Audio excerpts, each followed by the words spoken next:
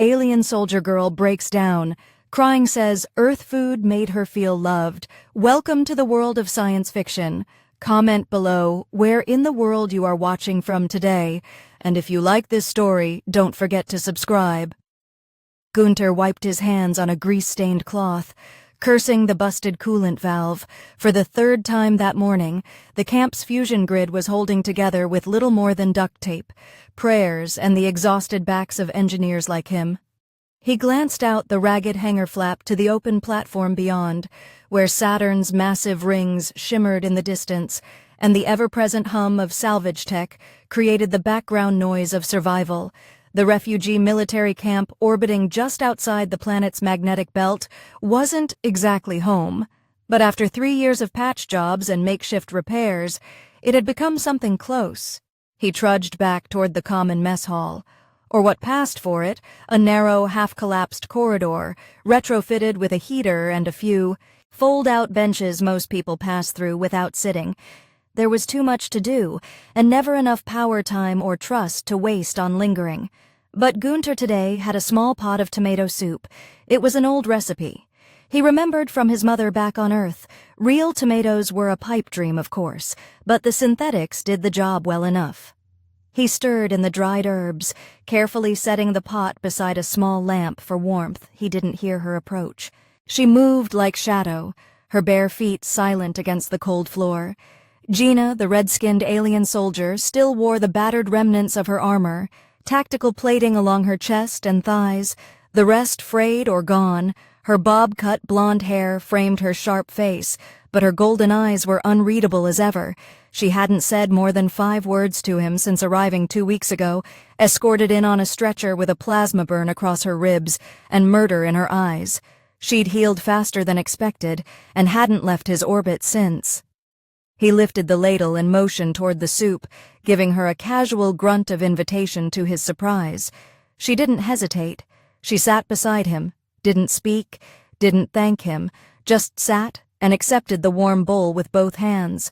She brought it close to her face and inhaled, eyes fluttering shut like the scent alone was disarming. Then she sipped a moment past. Then another Gunter reached for his own bowl, assuming she didn't care for it. But then he heard something sen. Breath that hitched. The softest exhale. He looked up. Tears were sliding down her cheeks, silently, steadily, tracing the edges of her faint facial tattoos like dew on glass. She didn't sob or tremble. She didn't even wipe them away. She just stared into the soup like it held something ancient, and her voice came low and strange. I didn't know food could feel like this. Gunter blinked. Like what? Safe, she swallowed. Warm, not poison, not ration paste, not hollow. Her eyes flicked to his. You made this. He nodded slowly, unsure what to say. Gina had shown little emotion until now, only discipline, habit, and unblinking awareness. He'd seen soldiers like her before, most burned out fast, or turned numb, but she looked alive now. Hurt raw, vulnerable, but alive in a way. He hadn't expected from someone built to survive war zones back on Earth. He said carefully, We had soup like this during winter snow outside, fire. Inside, you'd come in from cold, get handed a bowl, and everything felt a little easier. She nodded once. This is like that. Her voice was rough, like she wasn't used to talking this much. I don't understand it, but it made something happen in here. She pressed 2 fingers lightly to her chest. It broke something loose. Gunter shifted in his seat, more uncomfortable with her honesty than with any alien anatomy or battlefield story. Well, that wasn't the goal, he said with a small grunt, but I'm glad you liked it. She looked at him again, direct, not scanning for threats or reading a target, just looking, Will there be dessert? The way she asked, slow and unsure, caught him off guard.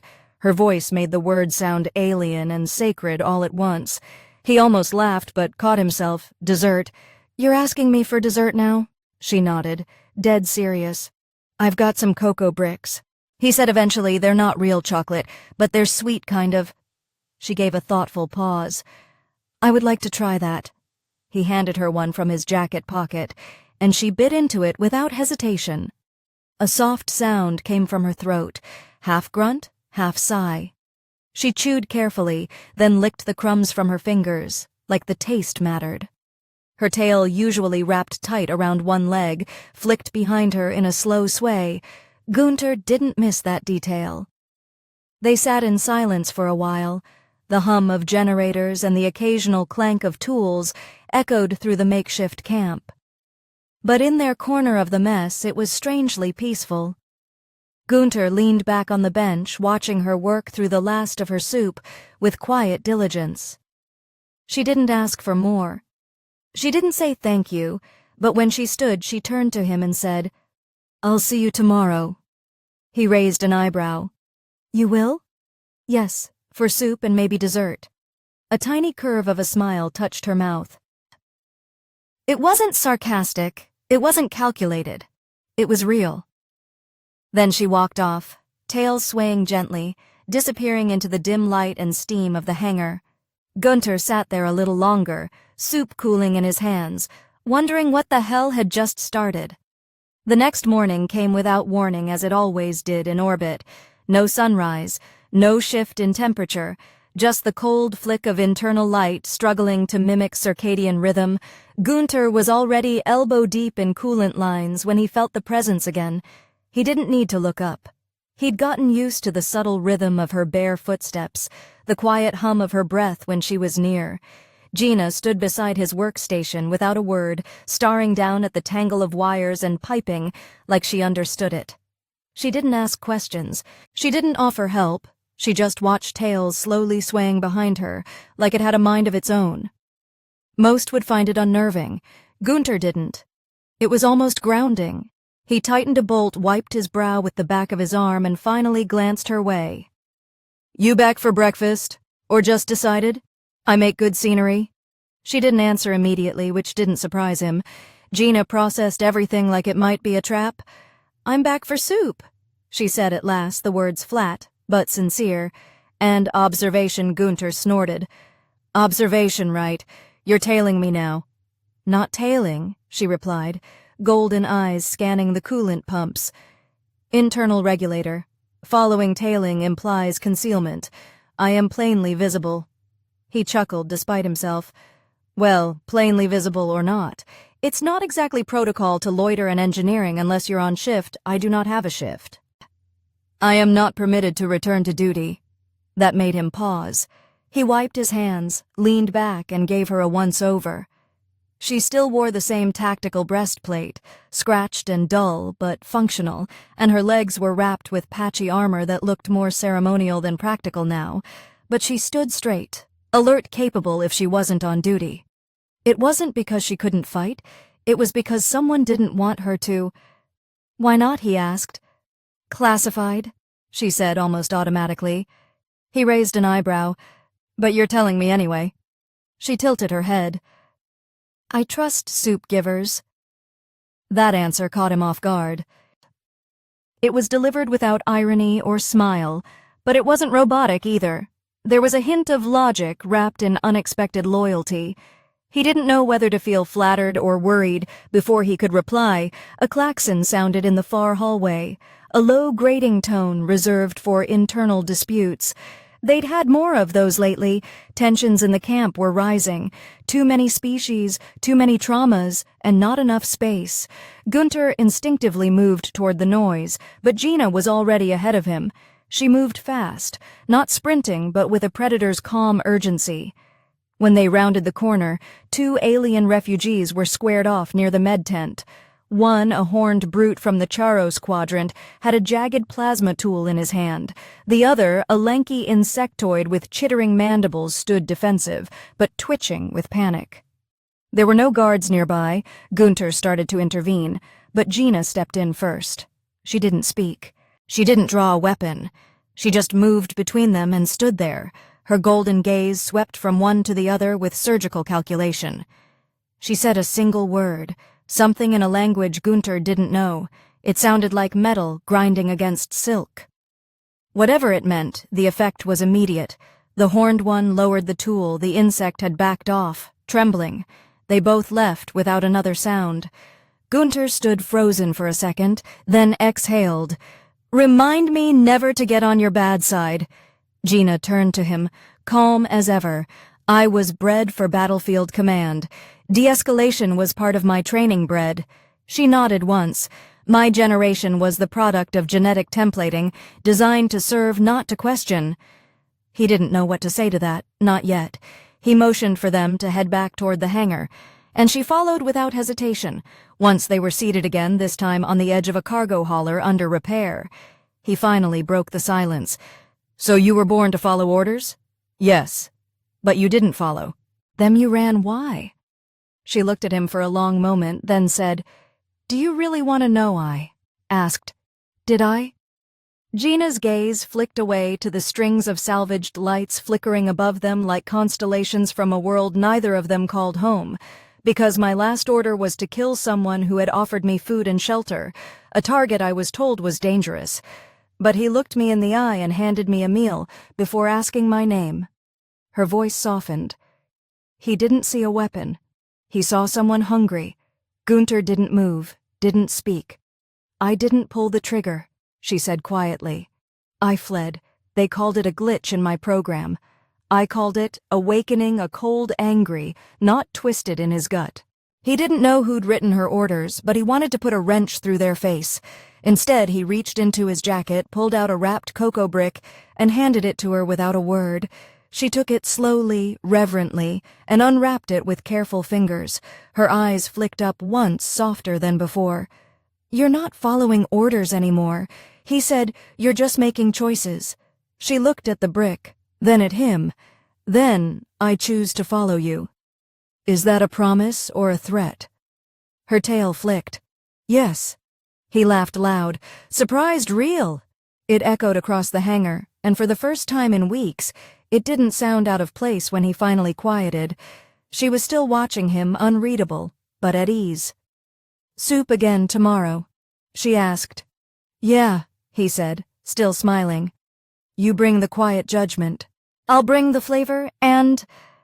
For the rest of that day while he worked, and she lingered nearby.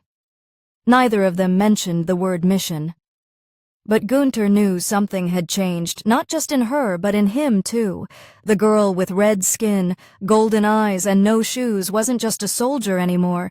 She was becoming someone he wanted to protect, not because she needed it, but because she chose to stay. Gunter crouched beneath the exposed panel of the main relay station, soldering 2 frayed wires, while trying to ignore the slow burn in his knees. The makeshift power grid had been cobbled together from 6 alien systems, each barely compatible, and every few days, something sparked, shorted, or simply refused to function. He didn't mind the work. It was grounding, predictable, honest. But today his thoughts kept drifting, and it wasn't just the static in the air, or the faint aroma of engine oil clinging to his sleeves. Gina hadn't shown up yet.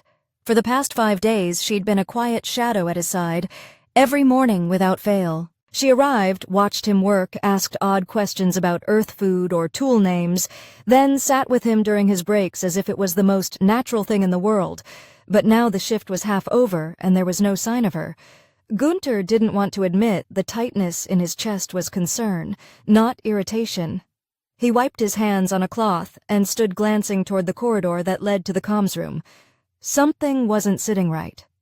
The comms room was a compact, shielded cube welded onto the station's spine, barely large enough for 2 people and a rack of signal relays. It was quiet, always underused unless someone needed to report a skirmish or listen for long-range transmissions. As Gunter approached, he heard the faint hiss of an encrypted decryption cycle finishing. That was unusual. Only high-level personnel had clearance to run those kinds of decodes. He hesitated outside the door, but it wasn't locked. Inside, Gina stood in front of the central console, hands behind her back, face still and unreadable. The screen glowed with a single line of decrypted text. Gunter didn't understand the symbols, but the color-coded tags at the bottom told him enough black flag priority. Lethal directive confirmed kill. She didn't turn around when he stepped inside. That for you? He asked. Tone. Careful. She nodded once. Who's the target? She paused. Was the mission is old abandoned, but the data chip activated when it synced with the camps. Master node, it re-downloaded the standing orders. He took a step closer. The weight in her voice made his stomach twist. Let me guess the person you were supposed to kill, that was here. Her silence was enough, then she added the name listed was an Earth liaison, logistics officer. I never learned his face, only that he was known for kindness to defectors. Gunter's mind spun. It didn't take a genius to connect the dots. You're saying that might have been me? I don't know for certain, she admitted, but when I arrived when you gave me soup, the way you spoke, the way you looked at me, it felt too aligned, too close. He stared at the console, his jaw clenched, not out of anger, but from the cold clarity of the situation. If she hadn't broken rank, if she'd followed through, she might have killed him before they even had a conversation, and the thing that stopped her was a bowl of synthetic tomato soup. I should be scared, he muttered. She finally turned, expression guarded. Are you? He met her eyes. No. They stared at each other for a long moment. There were no dramatic heartbeats, no sparks of cinematic tension, just quiet understanding, thick, real, unspoken.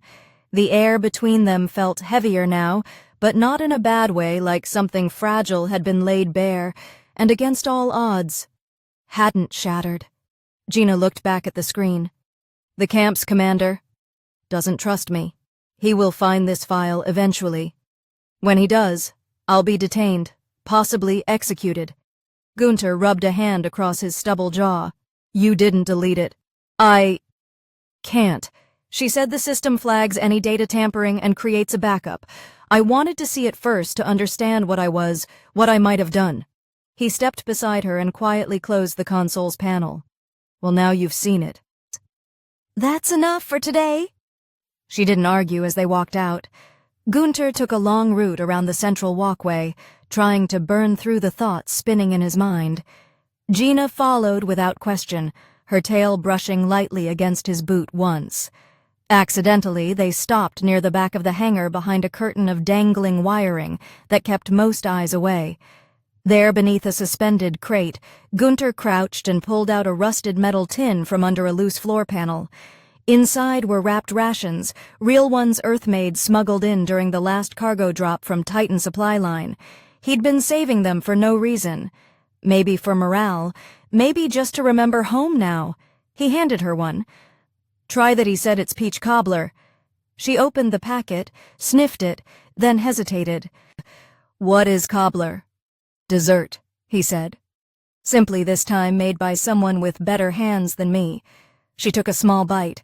Her eyes widened, and for a second her lips parted with what almost looked like joy, not the intense emotion from the soup day. This was different. Quieter, gentler. It tastes like sunlight, she whispered. Gunter laughed. Then Earth must have been a damn sweet planet. I want to go there someday, she said, voice soft. He looked at her. Not like a soldier, not like a potential threat, but like someone caught halfway between hope and disbelief. Maybe you will. But they wouldn't trust me. Then I'll go with you. Let them try and stop me. She tilted her head. Why?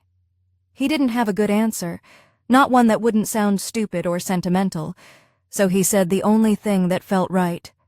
Because I want to see what you're like when you don't have to look over your shoulder. Gina blinked slowly, then nodded. She didn't smile, but something in her shoulders relaxed.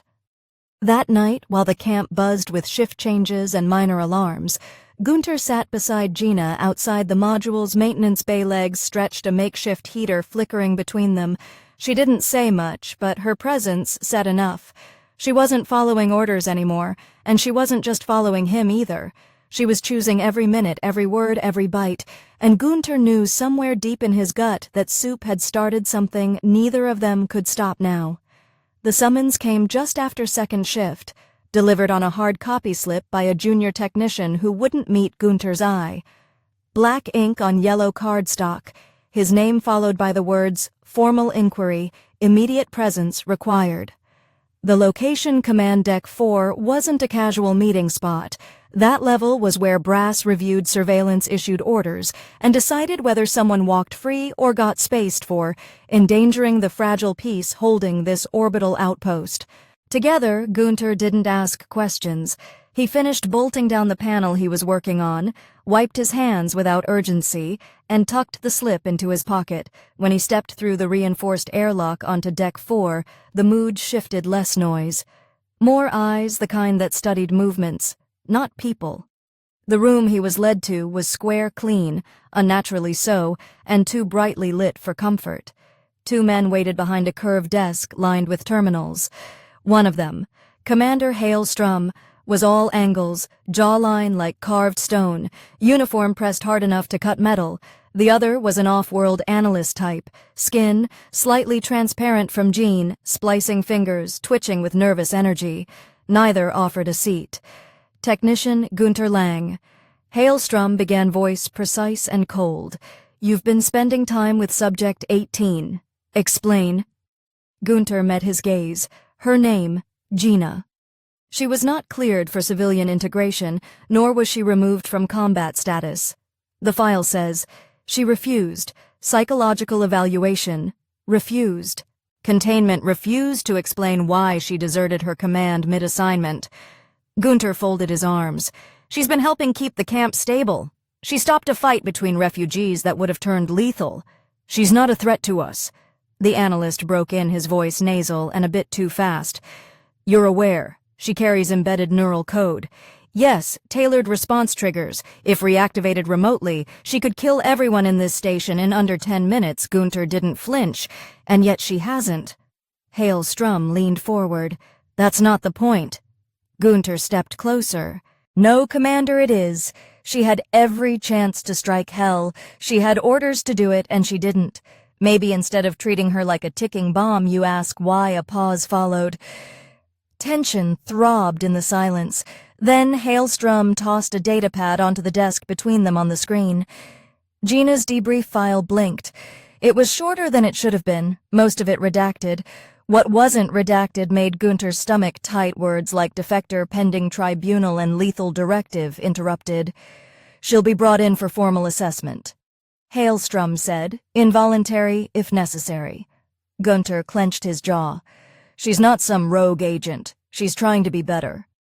Hailstrom's mouth curled in something that wasn't quite a smile. "Intentions are irrelevant. Stability is our priority." When the meeting ended, Gunter left without another word. He knew better than to argue further in a place like that, but inside something had snapped. They weren't going to let her choose her future. They'd already decided she didn't have one. He found her where he expected, sitting beside a bank of broken solar converters near the platform edge, the soft glow of Saturn's rings painting her skin in amber light. Her tail flicked once as he approached, slow and tired. "They're coming for you," he said. She didn't look surprised. "I assumed they want to lock you down, evaluate whether your mind's safe to keep breathing next to ours." She turned her head, her face calm but weary. "Will you stop them?" "I don't know if I can." "Then I'll go peacefully." That caught him just like that. She nodded. "I don't want them to fear you for protecting me. I'll go." But her voice was flat the way it got when she was shutting something off inside. He hated that tone. It made her sound like she didn't believe in anything anymore, like someone who was used to being used, betrayed, and locked up without ceremony. He crouched in front of her. "Then do one thing before you go. Just one." She tilted her head. "Take off your armor." She blinked slowly. "Why?" "Because they see a weapon. I see a person. They won't ever understand that unless you show them who you are." She hesitated then, in a quiet, deliberate motion. She unfastened the chest plate, laid it gently beside her, and loosened the thigh guards until they clinked softly to the floor. Her frame beneath was lean, muscled, scarred, vulnerable in a way that didn't look weak. Just real. She reached for nothing. No blade, no stance. Just sat there exposed in the dim light, looking more human than most people Gunter had worked beside. "I was born in a vat." She said my first words were tactical call-outs. "I didn't have dessert until last week." He gave a faint, broken laugh. "You make that sound like a confession." "It is." She met his eyes. "You gave me more freedom, and a spoonful of soup than my creators did in 20 years.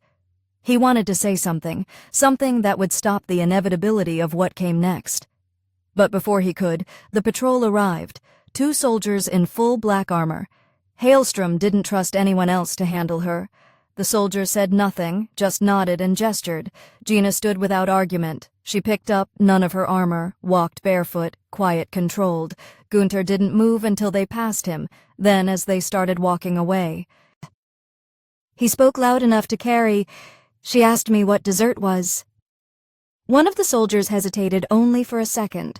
Gina didn't stop walking, but her tail paused mid-sway, then resumed slowly. He watched her disappear into the lift shaft, the silence pressing in like a storm cloud. Later that night, he sat alone in the engineering bay, the soup pot cold and untouched beside him. The lights flickered overhead, barely functional. He stared down at the metal bowl in his hands, and for the first time in years, he realized just how much warmth a small act could carry, how something so simple and offer a taste a moment could upend an entire destiny. She had followed him because of soup. Now he would find a way to follow her. The hangar had never looked this strange. Gunter stood by the open bay doors. The edge of the camp exposed to Saturn's quiet majesty.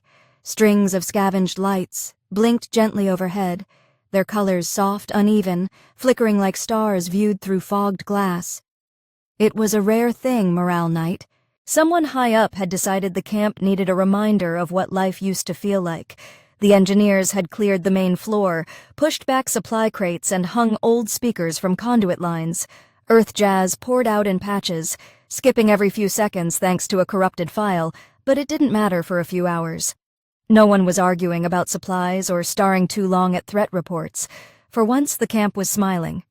Gunter didn't feel like smiling, not with Gina locked away.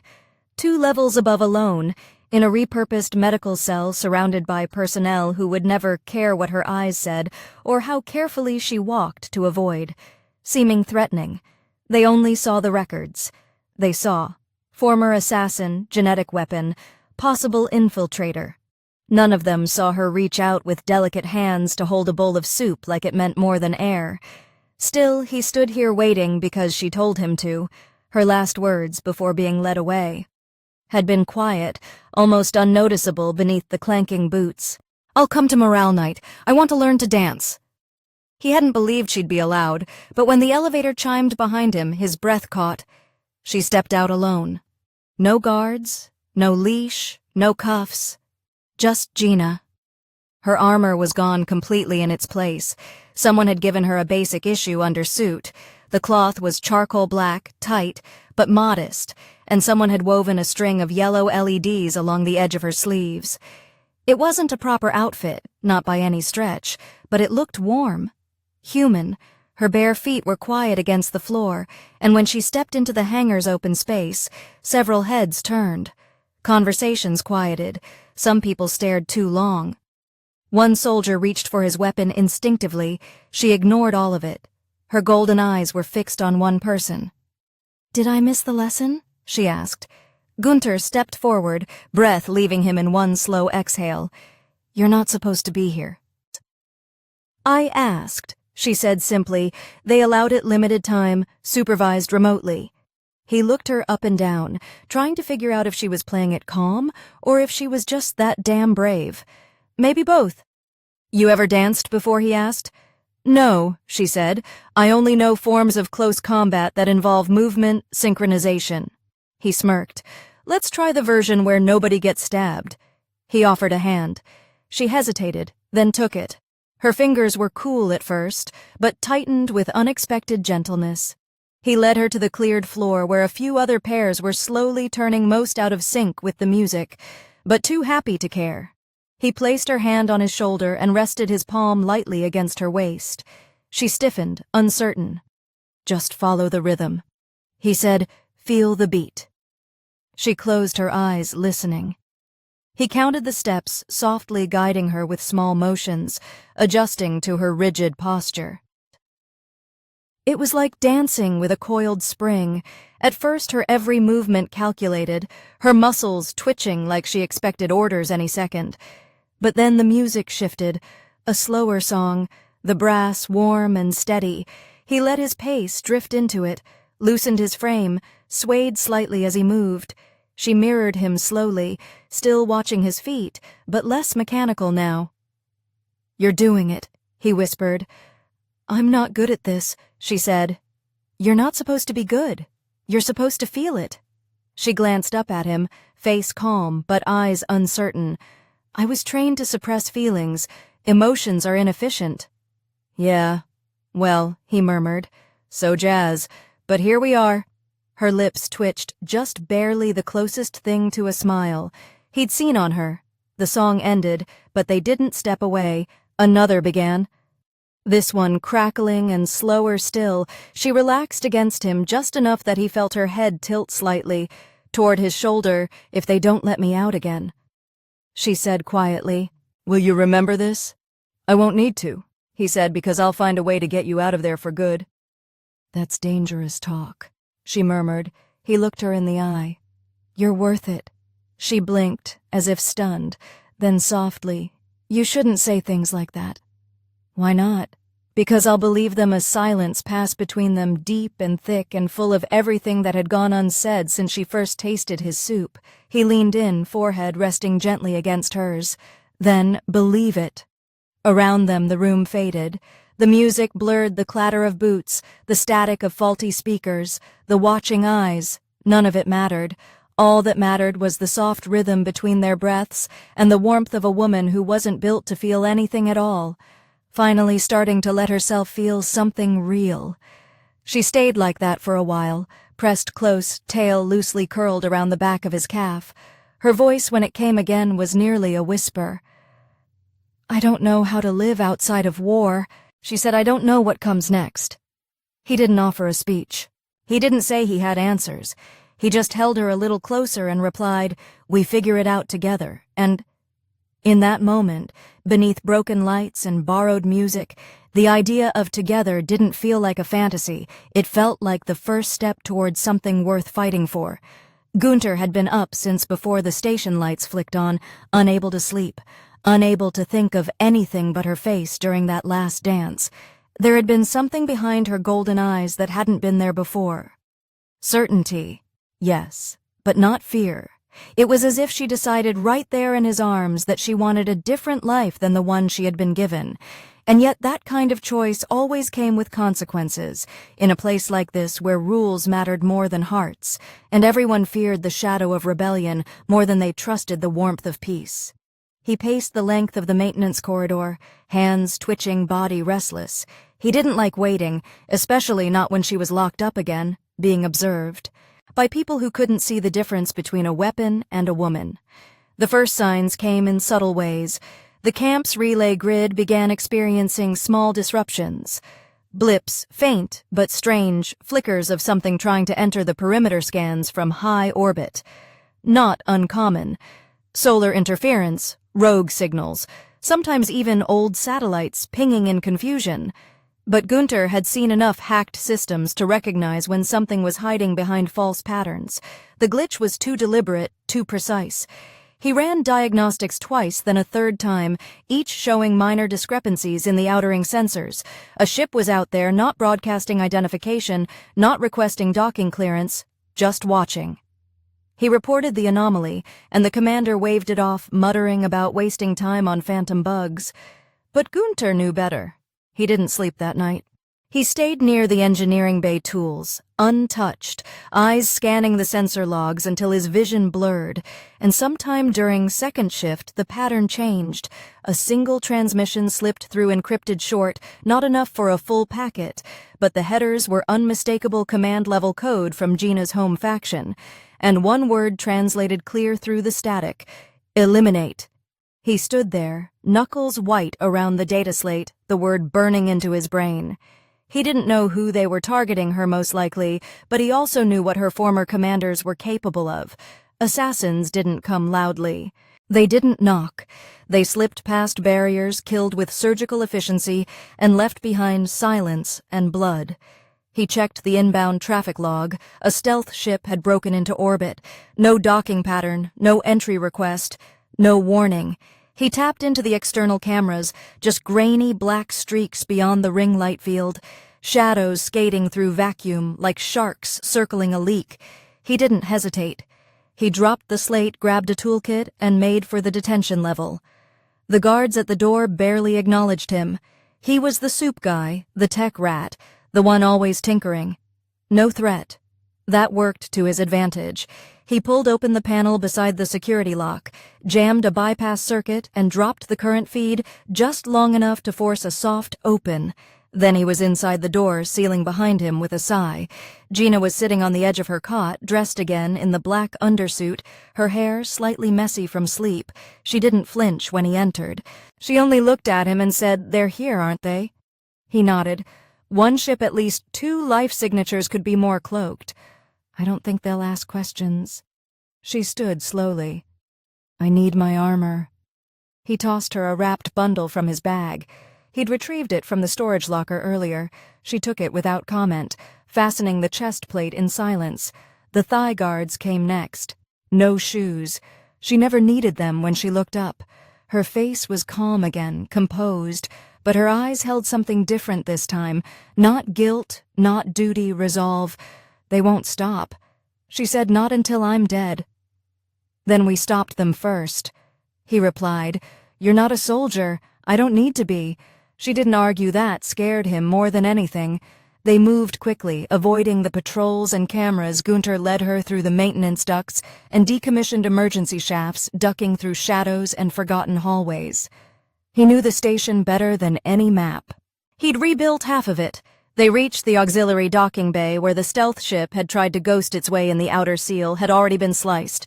Clean and quiet, a black ripple in the air, shimmered near the cargo loader, a stealth suit cloaked in motion. Gina didn't hesitate. She launched forward, moving like liquid steel, catching the figure before it even drew a blade. The fight was brutal brief. Her tail snapped against the assassin's neck spine. Crunching, Gunter had barely exhaled when the body hit the floor. "One more," she said, breathing hard. "How do you know? They never send only one." Gunter swept the area, checked the ship's access terminal. Another heat signature was logged just moments ago, still inside, possibly planting charges. They rushed aboard through the narrow corridors filled with blinking consoles and the faint smell of ozone. The second assassin was waiting at the core, this one larger, faster. The fight was longer, metal clanging, teeth bared. Gunter couldn't keep up, couldn't intervene without getting in the way. But when Gina staggered, blood running down her side, he grabbed a loose power cable, jammed it into the wall port, and slammed it into the enemy's back. The shock dropped the assassin hard. Gina didn't waste the opening. She finished it cleanly. Then the silence returned. She turned to him, breathing ragged, that was reckless. "Yeah, well, she were bleeding. I got mad." She looked down at the wound, shrugged. "It'll seal. You could have died. So could you. I'm not the one with a death mark hanging over me like a damn flag." She reached for him, then hands shaking her fingers, touched his jaw rough and light. "Then why are you still here?" He didn't answer. She leaned in, forehead against his. "You should have run." "I tried didn't take," and there among the flickering lights of the dead assassin's ship, surrounded by chaos and blood, they kissed, not soft, not clean, but real.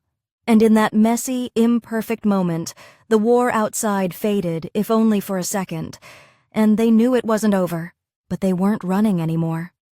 The camp was already in a partial lockdown by the time Gunter dragged Gina off the stealth ship, her blood smeared across his sleeve, half dried but still warm. Emergency sirens had been muted, but the air was electric with tension. Security officers rushing between decks, weapons unslung, eyes hard with suspicion. Word would travel fast now. 2 corpses in black stealth gear, a compromised dock, and the defected alien woman who'd vanished during her observation period. Everyone would draw their own conclusions. None of them would be kind. Gunter didn't wait for permission. He slipped them into the maintenance shaft beneath the auxiliary armory, knowing every shortcut like the grooves in his hands. Gina. leaned against him, one hand pressed against her side, leaving a dark trail of blood where she touched. She didn't complain. She never did. That silence scared him more than shouting would have. They made it to one of the unused emergency hangars. Nothing but rusted panels, old freight trolleys, and coils of cable no one had touched in months. He sealed the entrance behind them with a fusion welder and dropped to his knees beside her. Her breathing was shallow but steady. The wound wasn't deep, just messy. He pulled open the side of her armor and examined the flesh underneath. Red skin, torn muscle, scored by a blade meant to kill but no organ damage. He cleaned it as best he could, using his own shirt as a bandage, tying it tight. Her hand touched his wrist. "I can finish it," she murmured, voice dry. "Don't waste clean water, you're not finishing anything," he said, knotting the cloth tighter. "You're staying conscious, and when this is over, you're getting soup and dessert, no compromises." Her tail curled slowly, weakly, and her lips twitched with something like a smile. "This isn't sustainable," she said, running, hiding. "No, it's not," he admitted, sinking beside her. "That's why we're not doing it anymore." She looked at him, golden eyes dimmed but sharp. "What does that mean?" "It means we're going to end it, all of it, the bounty, the suspicion, the fear. We have proof now to dead assassins, their encrypted logs, their ship. That's not a theory. That's evidence. They won't care.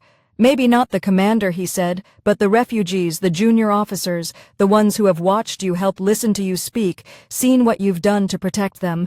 They'll care, and if enough of them believe in you, they'll make it too loud for command to ignore." She stared at the ceiling for a long moment. "That's not a plan. That's hope." "No," he said, "that's pressure, and stations like this crumble when you apply pressure in the right places." He stood, wiped his hands on his pants, and opened the stolen datapad from the assassin's ship. The logs were encrypted, but not invincible. He began bypassing layers, pulling files, translating headers' names, orders, coordinates. One file stood out, an internal memo marked Echo Red. He opened it and felt his gut drop. It was a list, dozens of names. Other defectors, most marked, terminated. Gina's name was listed near the bottom next to a glowing pending tag. He showed it to her. Her jaw tightened, but her eyes didn't flinch. "This isn't just about you." He said, "They're purging everyone who steps off the path." "They always have," she replied. "Now you see it?" He looked down at the datapad, then at her. "Then we burned the path down." She pushed herself up slowly, leaning against a support beam. Her movements were stiff, but focused. "We leak it not just to the commander, to everyone, every refugee, every corner of this camp. We show them what their silence has been supporting." Gunter nodded. "And while they're dealing with the fallout, we find someone higher up who still has a spine and force the issue. Official protection, full asylum, and if they still say no, then we take the ship and get out. Leave the message behind. Let it spread. They won't chase us forever if they're drowning in revolt." Gina stood taller now, blood drying on her side. Her armor gleamed in the low light, mismatched but proud. "We'll need allies. I've got a few names, people who owe me, people who liked you even before the soup." Her head tilted slightly, and after. "They adored you after. They moved fast after that, tracing silent corridors, uploading the files to every unsecured console they could reach. Screens across the camp began blinking with unfamiliar warnings. Faces paused mid-conversation as hidden names and silent deaths scrolled in red across terminals, breaking through propaganda firewalls like hammers to stained glass. Some shouted, some cursed, aye. Few wept. They didn't try to explain, they didn't need to. By the time the alarm started again, real ones this time, Gunter and Gina, were already at the command level. Hailstrom waited for them in the center chamber, flanked by guards, hand on his holster.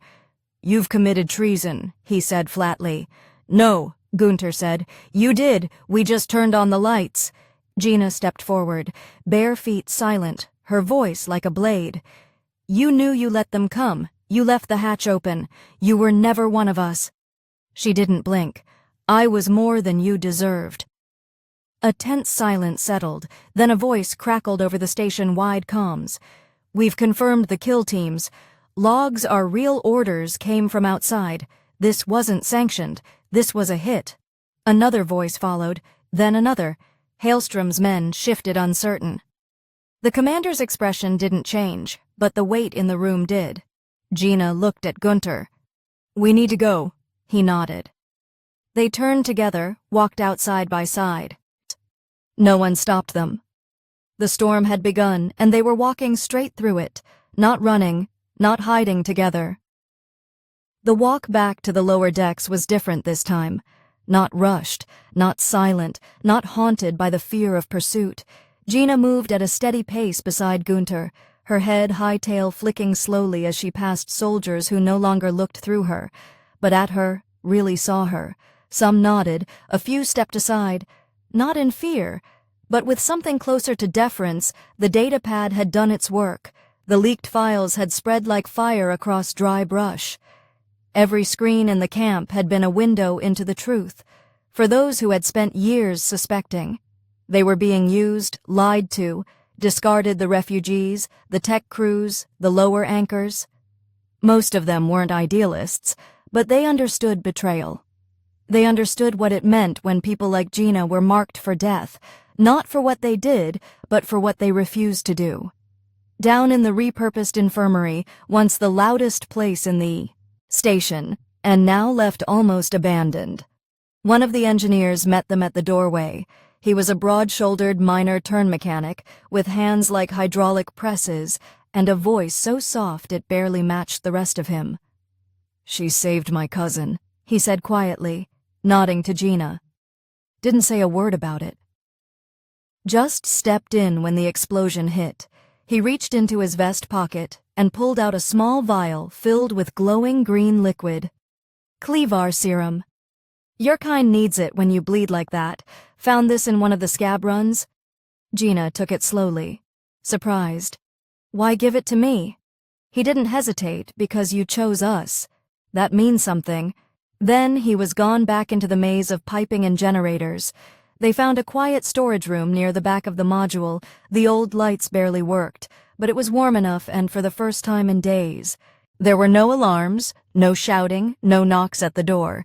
Gina pulled the seal off the serum vial, injected it at her side, and let out a quiet hiss as the healing compound worked its way through her veins. Gunter sat on a crate opposite her, arms folded, watching her closely. "Feels like things are tipping," he said. "They are? You think it'll last?" "No," she said honestly, "but it might last long enough for what? For me to be something more than a threat." He looked at her then, not with awe or confusion, but the way a man looks when he knows exactly what he's seeing and is quietly amazed that it's real. "You're not a threat, Gina. Not to me, not to them. You're the reason this place is still standing." She blinked, slow and unsure. "You keep saying things like that because they're true, and I keep not knowing what to do with them. Then don't do anything, just sit with it." She did. They sat in silence, the kind that wasn't uncomfortable anymore, the kind that meant safety, trust. He stood up, eventually pulled something from the side pouch of his jacket, a small heat-stored container. He popped it open and handed it to her. Steam drifted out, carrying a sense she now recognized instantly. "Soup," she asked. "Not just any soup. Earth stew, best I could make with what's left." She took the bowl in both hands slowly this time. She didn't drink it like a soldier consuming rations. She took a breath first, savoring it, then drank in small, deliberate mouthfuls. When she looked up, her eyes were a little too bright. "It still does that," she said. "Does what? Makes me feel like I'm not supposed to die." He chuckled quietly, rubbed the back of his neck. "Then, I guess I'll just keep making it until the galaxy gets the message." She reached across and touched his hand. Not forceful, not uncertain. Just connection, real and undemanding. There was a knock at the storage bay hatch. Neither of them moved at first. Then Gunter stepped forward, wrench in hand just in case. But when he cracked the hatch open, it wasn't security. It was the same junior technician who had once delivered Gunter's inquiry notice, the one who hadn't been able to meet his eyes. Now the young man looks straight at him. "There's a message from Terra, Command, high priority, addressed to subject, 18, and technician Laying jointly." Gunter's stomach dropped a little. What kind of message? The tech hesitated in offer. They're calling it Asylum Status, Protective Clause, Non-Combatant Designation, Clean Records. Gina stepped up behind Gunter, silent but unmistakably present. Her presence shifted the young man's posture. Respectful, alert, maybe a little intimidated. They're offering her a way out, Gunter said aloud, mostly to himself. And you, the tech added. The offer includes relocation to Earth. Gunter turned to Gina. That what you want? She didn't answer immediately. She stared at the young tech for a long moment, then at Gunter. It's not about what I want anymore. It's about what I choose. Same thing if you ask me. She exhaled through her nose, then nodded. Tell them I accept, but I'm not going back as a statistic or a symbol. I go as myself. That's the only condition. The tech nodded. Understood. Then he was gone. The hatch sealed again. The silence returned. Gina looked at him. Is this what peace feels like? He smiled. It's a start. She sat again, cradling the bull tail curled lightly around her own ankle. Her posture finally relaxed. Do you think they have more soup on Earth? He laughed. Real tomatoes, real herbs. Hell, they even have desserts that don't taste like chalk. She tilted her head. Like what? I'll show you, he said, one bite at a time. And in that room filled with rust-recycled air and the quiet hum of a camp still learning how to change. They didn't talk about war orders or past missions. They talked about flavors, about fruit, about sun, and for the first time since their paths had crossed, there was nothing between them but warmth. The camp had begun to shift, not in structure or personnel, but an atmosphere like someone had finally opened a sealed bulkhead and let real air circulate through stale systems. Gunter felt it in the way people no longer whispered when Gina passed in, how the guards no longer rested their hands on sidearms when she entered a room, and in the quiet, hesitant waves from engineers and medics. She barely knew she returned those gestures with brief nods and a calmness that hadn't been there before. No one dared say it aloud, but they had seen her bleed for them. They had watched her bring down assassins meant to silence her. She had fought not for survival, but for the chance to be something other than a tool, and now, for the first time, people looked at her as if she was one of them. Gunter wasn't surprised. He'd seen the shift first. He'd just been waiting for the rest of the station to catch up. The protective asylum clearance from Terra Command had been confirmed that morning, filed, logged, and marked with diplomatic urgency. They would be transferred to a civilian sector transport in 72 hours. It wasn't a clean slate, but it was the closest thing either of them would ever get. Earth was on the table. The real Earth, not just the idea of it, or the stories in Gunter's voice when he spoke of firelit winters and soup on snow-covered porches. She could step onto dirt that hadn't been carted through space in containers, breathe air that hadn't been scrubbed raw by filters, and taste things her people had never even heard of. It sounded unreal, dangerous even, but she wanted it. That evening, Gunter made good on a promise he'd salvaged a half-functional induction stove from a gutted hydroponic module and dragged it to an abandoned cargo bay, now repurposed into a kind of makeshift kitchen. It took hours, a dozen rewired circuits and every favor he had left to scrounge ingredients from trade storage, starchy roots that passed for potatoes, black market meat slabs from one of the traders in C-Rack, and a tiny, precious vial of earth-grown spice blend he had hidden for years without knowing why. Now he knew. He cooked it all, slow, careful tasting as he went and adjusting everything by instinct. He wanted it to be right, not perfect, just honest. Gina arrived without ceremony, ducking beneath the low frame and stepping into the warm glow of flickering lamps strung from the overhead piping. She paused when she saw the spread. Her eyes widened just slightly, not in awe, but in quiet, measured shock. "You said we'd eat again," she said softly. "But I didn't expect this." He pulled out a crate turned into a makeshift bench and gestured for her to sit. "It's not gourmet, but it's the closest I've ever come to a real dinner in years." She sat still, watching the table as if trying to process the meaning behind the meal before her. He ladled stew into 2 bowls, thick, rich, steaming, and placed a torn section of rehydrated bread beside each. No formalities, no speeches, just food. She took a bite and froze, eyes shut, chewing slowly, reverently. Her shoulders eased, her breathing slowed, then her lips moved. "I can feel it," she said, "the warmth, the care." "That's the spice," he joked. "It's called paprika." She looked at him with something close to wonder. "No, it's more than flavor, it's memory." He ate beside her in silence for a while, watching her relax. Her armor was off now, left behind by choice. She wore a loose civilian tunic, dark gray. The sleeves rolled up, her hair was slightly damp from a cleaning unit, and her tail flicked lazily behind her, no longer coiled tight. Intention. He realized then how far they'd both come.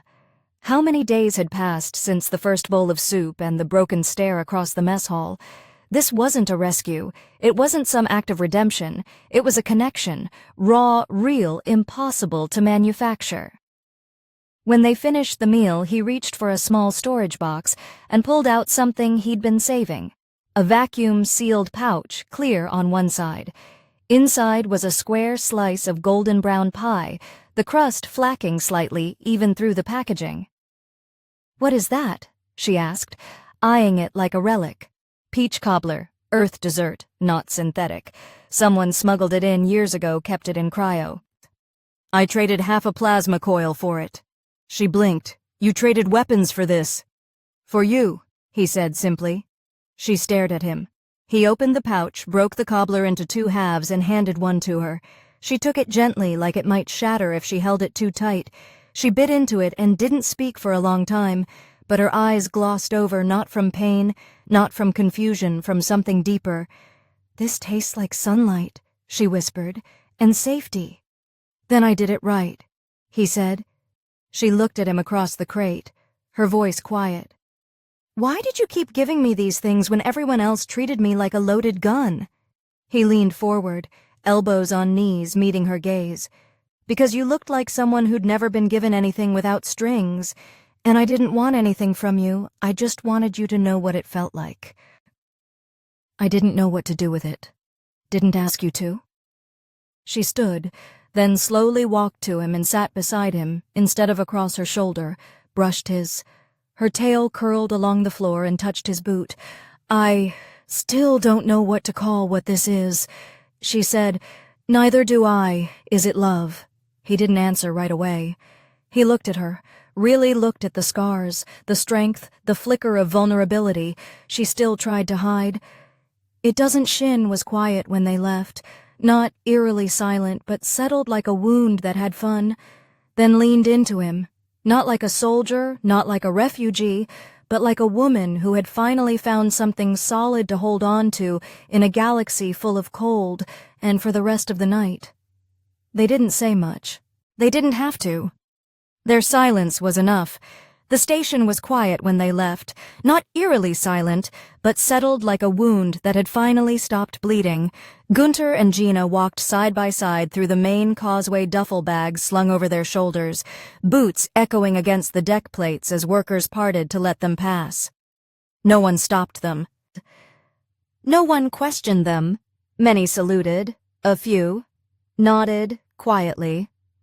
Respectful Gina, once seen as a weapon, now walked through the heart of the station like someone who belonged, not because she was permitted to, but because she had earned it.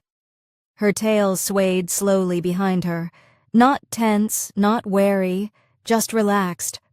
Gunter kept his hand close to hers without needing to touch the warmth between them, did more than words could have. The path ahead was clear, and they were walking it without apology. The shuttle was already waiting on the pad, its engines humming low as crew ran pre-flight checks. It was a civilian transport, nothing fancy, just long-range, capable, and built for durability. It didn't need to be sleek. It just needed to get them to Earth. That was enough. The loading ramp hissed open, revealing a small passenger cabin with 6 seats and no military presence. That was deliberate. Terra Command wanted this transition to look clean. Not forced, not political, just 2 people heading home as... They approached the ramp. One of the former mechanics stopped them. He held out a small, roughly wrapped parcel and pressed it into Gunter's hands. "Emergency rations," he said, grinning. Real tomatoes from Hydrogrode Deck 3. Don't waste them, Gunter smirked. Wouldn't dream of it. The man nodded to Gina as well. You take care of him. I already do, she said simply. They boarded without fanfare. The shuttle doors sealed behind them with a soft sigh, and the pressure equalized. Gina took the seat beside Gunter, buckling in with fluid motions, eyes scanning everything as always, but softer now, less like a soldier, more like someone curious. She looked through the viewport at the swirling clouds of Saturn, the last view of the camp, slowly shrinking into the dark. I never thought I'd leave orbit, she said. You are now? Gunter replied, watching her more than the stars. You're heading towards something? She looked at him. I still don't know what I'll be on Earth, what they'll want me to be. They don't get to decide that he said you do. The shuttle vibrated beneath them as thrusters kicked in the engines, flared gently, then the vessel pushed away from the station. There was no turning back. Gina didn't look nervous.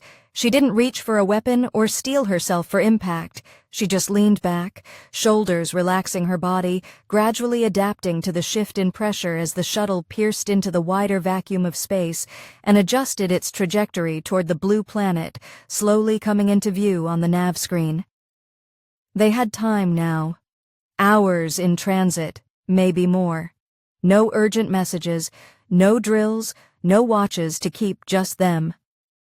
Gunter reached into his bag and pulled her head back, eyes closed, savoring each mouthful. She was eyebrow, but took it without question. She opened it and smiled stew and half a slice of that peach cobbler. He added, Figured it tastes better up here. It already does, she said. They ate slowly, sharing bites, not because of scarcity, but because it felt right, intimate, real. Gunter watched her as she tilted her head back, eyes closed, savoring each mouthful. She was quiet, but there was no longer a wall between her words and her feelings. The silence was an armor. It was peace. After they ate, she turned toward him, expression gentle. I used to think feelings were distractions, vulnerabilities that caring made you weak. Still think that. No, she placed her hand over his. I think it makes you harder to kill. He chuckled. That's a romantic way to say it. She leaned closer, resting her forehead against his. I'm still learning. You're doing just fine. They stayed like that for a long while, not pressed together in desperation. Just close. Present whole. Gina traced the back of his hand with her thumb, slow and deliberate, grounding herself with that small touch. Gunter didn't need to say anything more. Everything that needed to be said had already been spoken in soup and stolen glances, in the way she had chosen to live when death had been the simpler option. When Earth finally came into full view, her breath caught. She reached out toward the glass as if needing to confirm it was real. The oceans, the clouds, the curvature of a place that had air feet meeting real ground. Her tail twitched her shoulders squarely. It's home, he replied. She turned to him. Is it mine too? He met her gaze and answered without hesitation. It is now. The shuttle descended through Earth's atmosphere hours later, and when the rear ramp finally opened to a bright morning sun and fresh air that didn't taste recycled, Gina stepped down slowly, her bare feet meeting real ground. Her tail twitched, her shoulders squared, and for the first time in her life, she wasn't bracing for battle. Gunter stepped up beside her and took her hand, lacing their fingers together. She looked at him with a smile that needed no translation. Then they walked forward. Not as soldier and engineer, not as defected weapon and broken fixer, but as two people who had found each other in the middle of chaos and chosen again and again to stay. And this time no one would take that away from them.